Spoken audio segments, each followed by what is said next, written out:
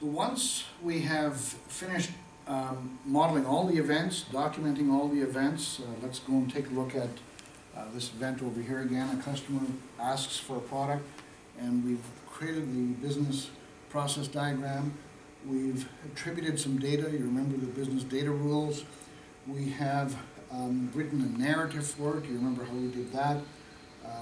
We've identified objects. Remember that an object has to consist of 2 or more data attributes. We've gone through the business rules table and generated the business rules. And we've done that for all of the events for a project. You know, we may have done that for 25, 30 events. Most projects don't have more than 25 to 50 events, so it's not that horrendous a job. So once that has been done, it becomes a matter of packaging it, putting it together in a cohesive document. You'll recall earlier that we talked about a document that becomes the business requirements document. And here we have a real one. You notice that it's not very big. It has a few pages.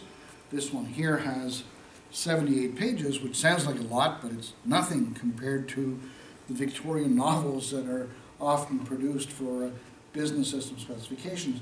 But you know, there isn't any technology architecture in here. There isn't a solution design. There isn't a way of implementing it. It's a statement of what's required so as solution designers, the technical team, can then look at it and say, what's the best way of doing this? And it could be a couple of different good ways of doing things. But we have to package this.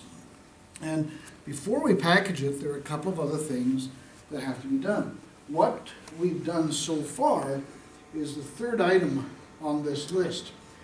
That document consists of a set that includes all the business process diagrams and everything related to those business process diagrams, such as the object definitions, such as the data attributes, such as the business rules, and so forth. But we have a couple of other options in terms of information we've got to include. We may want to include what we call a business area diagram, and that shows which departments share information, who shares what with whom, and who keeps things internal in the organization. So we may want to look at that as well. We certainly want to have a business interfaces diagram. Some people call that a context diagram. This is the highest level, the most abstract level. It's a single picture that shows the project, the system, and what its interfaces would be to its outside world. We'll take a look at that in just 1 second. Let's just talk about that business area diagram for a moment.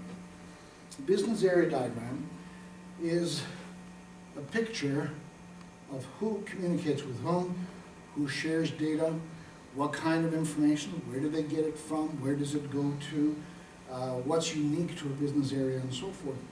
And it shows the corporate data sharing in a client-friendly diagram. And you can read all about that in detail in the Mastering Business Systems Analysis textbook. And let me just move the slide forward here.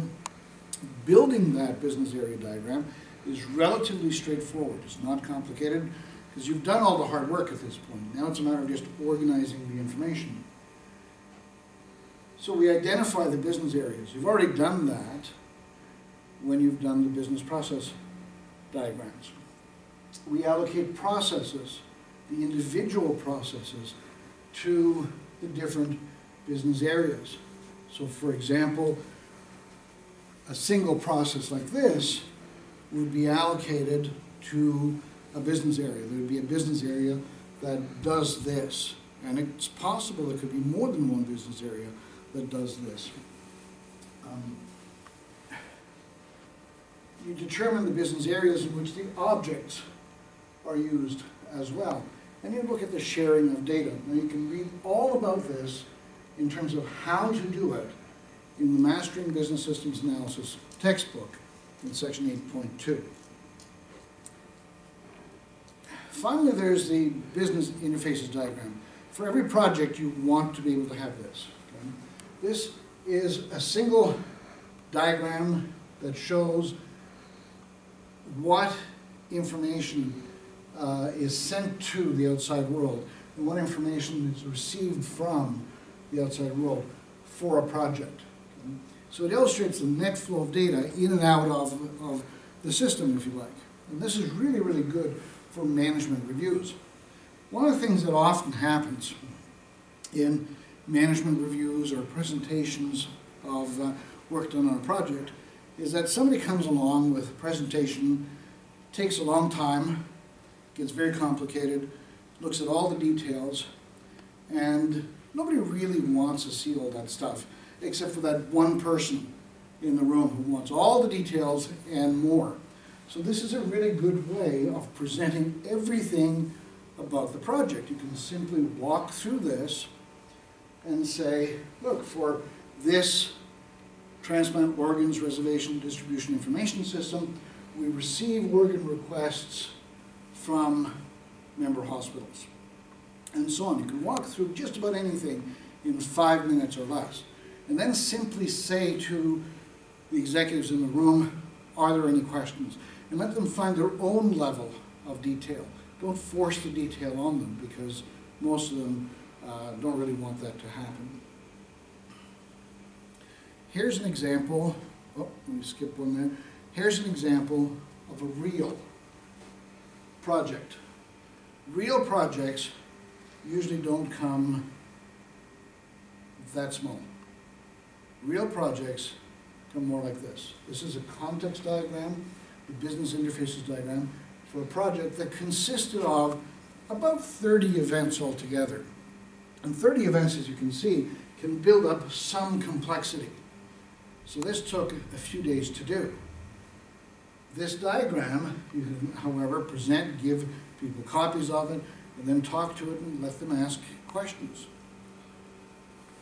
So in the end, what you have is a business interfaces diagram, a single bubble, if you like, that shows the world of the system and how it interfaces, or what it interfaces with, to its outside world. We have the business area diagram in some cases, not in all cases, only if it's necessary. And we have the individual processes, and that all goes into the document, the business requirements document.